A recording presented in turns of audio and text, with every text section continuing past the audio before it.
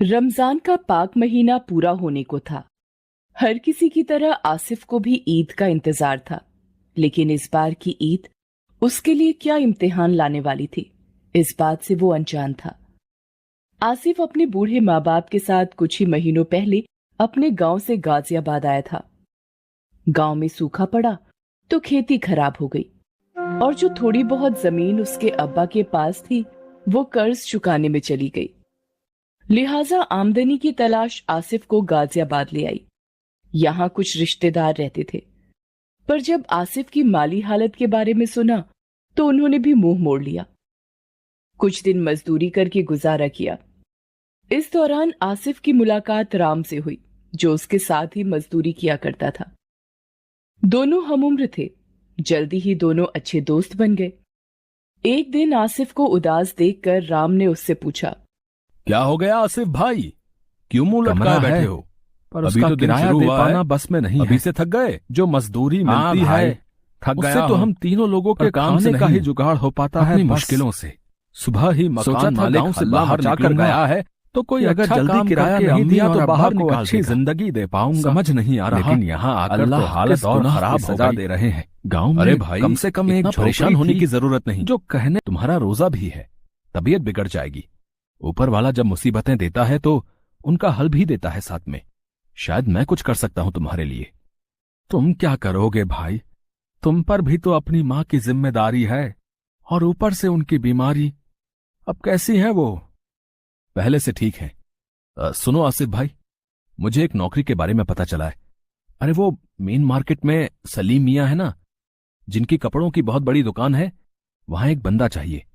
मैं जाने की सोच रहा था, पर मुझे लगता है कि तुम्हें इस नौकरी की मुझसे ज्यादा जरूरत है। तुम चले जाओ। क्या बात कर रहे हो भाई? लेकिन तुम। अरे तुम मेरी फिक्र मत करो, मैं कोई और जुगाड़ देखता हूं। तुम बस जल्दी पहुंचो वहां। कहीं कोई और नौकरी ले गया तो हाथ मसलते ही रह जाएंगे। राम की बात मानकर आसिफ तुरंत ही सलीम मियाँ की दुकान पर पहुंचता है और नौकरी के लिए बात करता है। उसे वो नौकरी मिल जाती है। आसिफ की ही तरह 5 और लोग सलीम मियाँ के यहाँ काम करते थे। सलीम जितना मालदार था, स्वभाव का भी उतना ही अच्छा आदमी था। यही वजह थी कि सलीम की दुकान पर काम करने वाले कर्मचारी कभी नौकरी छोड़कर नहीं गए। सलीम उन सबका ख्याल रखता था। आसिफ नया था और परेशान भी, इसलिए सलीम मियाँ ने उसे नौकरी पर रखने के साथ ही 3,000 रुपए एडवांस दे दिए। आसिफ बहुत खुश हुआ। उसने सबसे पहले राम को मिठाई खिलाई और उसे शुक्रिया अदा किया। फिर शाम को घर पहुंचा। अम्मी, अब्बा, अल्लाह ने हमारी सुन ली। अब सब ठीक हो जाएगा। अम्मी, आज का रोजा अल्लाह की नेमत लेकर आया है। क्या हुआ बेटा, पहले बता तो सही। मुझे नई नौकरी मिल गई अम्मी। पूरे 5,000 मिलेंगे महीने के। और देखो, मालिक ने 3,000 एडवांस भी दे दिए। अब उस खड़ूस लखन राम को दे देंगे कमरे का किराया। और इंशाअल्लाह इस बार ईद भी खूब अच्छे से मनाएंगे। शुक्र है अल्लाह का। ये तो बहुत ही अच्छा हुआ बेटा। जा अपने अब्बा को भी ये खुशखबरी सुना दे। वो बाहर गए हैं, कह रहे थे कुछ काम धंधा ढूंढेंगे ताकि तेरी कुछ मदद हो जाए। देख, बाहर ही कहीं होंगे। इफ्तार का वक्त भी होने वाला है, जल्दी से बुला ला उन्हें। हाँ अम्मी, मैं बुलाकर लाता हूं। लेकिन सुनो, अब परेशान होने की कोई जरूरत नहीं है, ना तुम्हें और ना ही अब्बा को। आप दोनों तो बस अब आराम करो अब। हाँ। इतना कहकर आसिफ घर से बाहर चला जाता है और थोड़ी ही देर में अपने अब्बा के साथ घर लौटता है। उसकी नई नौकरी के बारे में सुनकर उसके अब्बा भी बहुत खुश होते हैं। सभी लोग मिलकर एक साथ रोजा खोलते हैं और अल्लाह का शुक्र अदा करते हैं। आसिफ की जिंदगी अब पटरी पर आने लगी थी। वो सलीम मियाँ के यहाँ मन लगाकर काम करता था। उसकी लगन देखकर सलीम मियाँ भी उससे बहुत खुश थे। उनके लिए उनके यहाँ काम करने वाले उनके परिवार जैसे ही थे। एक दिन सलीम ने अपने सबसे पुराने कर्मचारी को आवाज लगाई। अरे जुम्मन मियाँ, कहाँ हो? जरा इधर आओ। सुनो, ये चेक दे रहा हूं, इसे जरा बैंक से कैश करा लाइए। और हाँ, जरा ध्यान से, रकम मोटी है। आप बैंक जाइए, तब तक मैं मैनेजर साहब को फोन कर देता हूं। वो कैश तैयार करवा देंगे। जी भाईजान। जुम्मन जो चेक लेकर गया था वो 7 लाख रुपए का था। ये बताता है कि सलीम अपने कर्मचारियों पर कितना यकीन करता था। थोड़ी ही देर बाद जुम्मन वापस लौट आया और उसके हाथ में एक बैग था। आसिफ ये नजारा देख रहा था। जुम्मन मियां ने बैग से निकालकर सारा कैश सलीम के आगे रख दिया। कोई दिक्कत तो नहीं हुई? अरे दिक्कत कैसी, आपने फोन कर ही दिया था तो फौरन काम हो गया। लेकिन भाई इतना कैश, सब ठीक तो है ना? अरे जुम्मन मियां, बढ़ती उम्र के साथ अपनी याददाश्त खोने लगे हैं आप। कुछ दिन बाद ईद आ रही है तो कपड़ों का नया स्टॉक मंगा लिया है। हनीफ भाई कल ही माल भिजवाने वाले हैं तो पैसे तैयार रखने पड़ेंगे ना। अरे हाँ हाँ हाँ, मैं तो भूल ही गया था। जुम्मन दुकान के काम में लग गया। एक हफ्ते बाद दुकान में इतनी भीड़ बढ़ गई कि सलीम और उसके नौकरों को सांस लेने की फुर्सत नहीं मिल पा रही थी। हालत ये हो गई कि सलीम और बाकी लोग खाना तक नहीं खा पाए। देखते ही देखते रात के 1 बज गए। दुकान में जमकर खरीदारी हुई थी। तभी सलीम को याद आया कि कोई भी खाना नहीं खा पाया है। सलीम ने आसिफ को तुरंत कुछ पैसे दिए और कहा, जाओ आसिफ बेटा, खाना लेकर आओ। बादशाह होटल से कुछ बढ़िया पैक करा लेना सबके लिए। और सुनो, रात काफी हो गई है, ये लो चाबी, मोटरसाइकिल ले जाओ। आसिफ जल्दी ही खाना लेकर आ जाता है। सब लोग मिलकर खाना खाते हैं। आसिफ ने देखा कि सलीम मालिक होते हुए भी अपने नौकरों के साथ खाना खा रहा था। मालिक के साथ अच्छा खाना खाकर आसिफ की भी थकान दूर हो गई। खाना खाने के बाद सभी लोग अपने अपने घरों को चले गए। ईद को 2 दिन बाकी थे और सलीम मियां की दुकान में पहले से भी ज्यादा भीड़ थी। तभी जुम्मन मियां ने सलीम को फोन किया और बताया कि उनकी तबीयत ठीक नहीं है तो वो दुकान नहीं आ पाएंगे। सलीम को कुछ पैसे बैंक में जमा करवाने थे। जुम्मन मियां के अलावा सिर्फ आसिफ ही थोड़ा बहुत पढ़ा लिखा था। इसीलिए सलीम ने आसिफ को अपने पास बुलाया और कहा, बेटा आसिफ, ये 5 लाख रुपए हैं, जरा इन्हें बैंक में जमा कराओ। मैंने हनीफ भाई को चेक दे दिया है, इसलिए ये पैसे आज ही जमा होने जरूरी हैं। जी मैं। जुम्मन मियां आए नहीं हैं तो तुम्हें ही ये काम करना होगा। जी ठीक है। अरे रुको तो सही, ये लो, ये 2,000 रुपए और रखो। ये किसे देने हैं भाईजान? अरे ये तुम्हारी ईदी है। ईद के दिन तो सबकी छुट्टी रहेगी, इसलिए अभी दे रहा हूं। मैंने सबको दिए हैं, तुम्हें भी दे रहा हूं। शुक्रिया भाईजान। आसिफ पैसे लेकर बैंक के लिए निकल जाता है। तभी अचानक उसे रास्ते में उसका दोस्त राम दिख जाता है। राम बहुत परेशान दिखाई देता है। आसिफ रुककर राम के पास जाता है और कहता है, अरे राम भाई कैसे हो? बड़े परेशान लग रहे हो, क्या बात है? आसिफ भाई, अच्छा हुआ तुम मिल गए।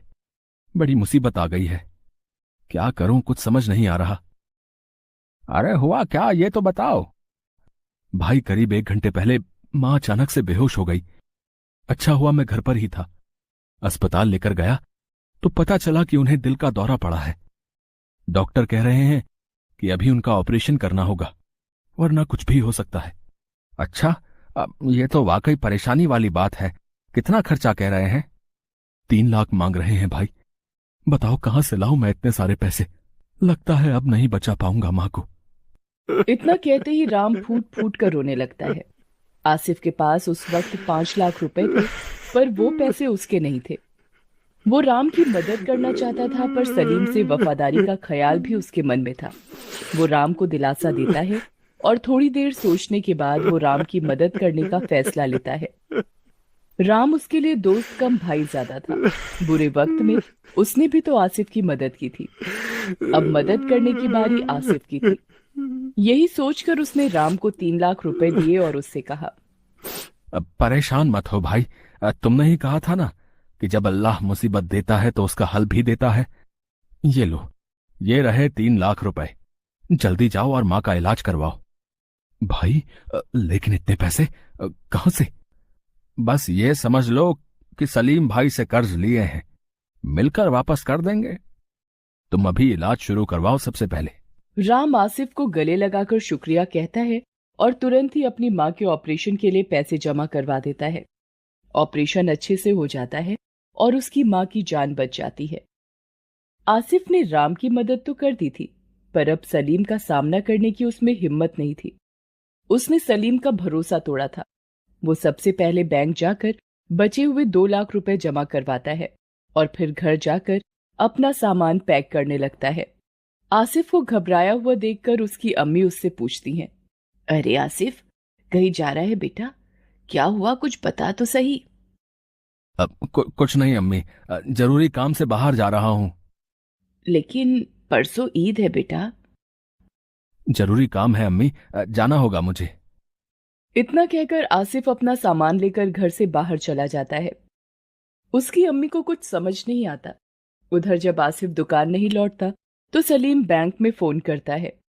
उसे पता चलता है कि आसिफ ने वहां सिर्फ 2 लाख ही जमा करवाए हैं। सलीम कुछ समझ नहीं पाता। उसे आसिफ के धोखे से धक्का लगता है, पर वो ये नहीं समझ पाता कि अगर आसिफ को धोखा ही देना था तो वो पूरे पैसे लेकर क्यों नहीं भागा। अगले दिन सलीम आसिफ के घर जाता है। वहां आसिफ को ना पाकर उसे आसिफ के धोखे पर भरोसा हो जाता है। वो उसके अम्मी अब्बा से तो कुछ नहीं कहता, लेकिन मन ही मन बहुत नाराज हो जाता है और आसिफ को कहीं से भी ढूंढ निकालने का मन बना लेता है। उधर आसिफ दिल्ली चला जाता है। कुछ दिन सड़क पर बिताने के बाद उसे वहां एक दुकान में काम मिल जाता है। सलीम के साथ साथ अपने अम्मी अब्बा का सामना करने की हिम्मत उसमें नहीं थी। बस राम से ही वो फोन पर बात कर लिया करता था और छिपकर हर महीने राम को कुछ पैसे भिजवा देता है। राम उसके घर जाकर वो पैसे उसके अम्मी अब्बा को दे देता है और उनका ख्याल भी रखता था। आसिफ तय करता है कि जब तक वो सलीम मियाँ के 3 लाख का इंतजाम नहीं कर लेता अपने घर नहीं जाएगा। ऐसे ही 1 साल का वक्त गुजर जाता है। फिर से ईद आने वाली थी। आसिफ को अपने परिवार की बहुत याद आ रही थी। पिछली ईद पर भी वो अकेला ही था। ऊपर से राम ने उसे बताया था कि उसके अब्बा की तबीयत ठीक नहीं थी। वो खुद को रोक नहीं पाता और गाजियाबाद अपने अम्मी अब्बा से मिलने चला जाता है। उसके अम्मी अब्बा उसे देखकर बहुत खुश होते हैं, लेकिन सलीम को कहीं से इस बात की खबर हो जाती है। वो तुरंत ही आसिफ के घर पहुंचता है और उसे पकड़ लेता है। आहा, आखिर आ ही गया तू पकड़ में। ना मुराद, कितना भरोसा किया मैंने तुझ पर, और तूने क्या किया? मेरे ही पैसे लेकर भाग गया। और तो और अपने बूढ़े माँ बाप को भी यहां बेसहारा छोड़ गया। अब तू कहीं नहीं भाग सकता। बता, क्यों किया तूने ऐसा? और भागना ही था तो पूरे पैसे लेकर क्यों नहीं भागा? बता, नहीं तो अभी पुलिस बुलाता हूं। सलीम भाई, जानता हूं मैंने आपका दिल दुखाया है, भरोसा तोड़ा है आपका, पर सच मानिए बहुत बड़ी जरूरत आन पड़ी थी, वरना मैं ऐसा कभी नहीं करता। और मैं आपके सारे पैसे वापस कर दूंगा भाई, यकीन मानिए। ये देखिए, मैंने 50,000 रुपये जोड़ भी लिए हैं, ये लीजिए, बाकी के भी लौटा दूंगा, बस थोड़ा सा वक्त दे दीजिए। आसिफ की बात सुनकर सलीम चौंक जाता है। उसे कुछ समझ में नहीं आता। इतने में ही आसिफ का दोस्त राम वहां आ जाता है और सब कुछ समझ जाता है। वो सलीम से कहता है, ये कुछ नहीं बताएगा आपको सलीम भाई, पर मैं बताता हूं। दोस्ती निभाने के लिए इसने ये सब कुछ किया। ये तो आपके पैसे बैंक में जमा करवाने ही जा रहा था, पर रास्ते में मैं मिल गया। मेरी मां को दिल का दौरा पड़ा था। अगर आपके 3 लाख रुपयों से उनका तुरंत ऑपरेशन ना होता तो आज वो मेरे साथ ना होती। इसे माफ कर दीजिए भाई, इसने जो किया मेरे लिए किया। मैंने भी कुछ पैसे जोड़ लिए हैं, ये लीजिए, बाकी के भी जल्दी ही चुका देंगे हम दोनों मिलकर। ये सुनकर सलीम की आंखों में आंसू आ जाते हैं। वो आसिफ और राम की दोस्ती के कायल हो जाते हैं। वो आसिफ से कहते हैं, आसिफ मियां, तुम तो बड़े दिलदार निकले, पर एक बार मुझसे सब कुछ कहकर तो देखते। अरे जब तक अपने आसपास कोई परेशान हो तो ईद मुबारक कैसे हो सकती है? तुमने वही किया जो तुम्हें करना चाहिए था। तुम फिक्र मत करो मेरे पैसों की, अब तुमसे कोई नाराजगी नहीं रही। अगर आपको वीडियो पसंद आई है तो प्लीज़ सब्सक्राइब करें।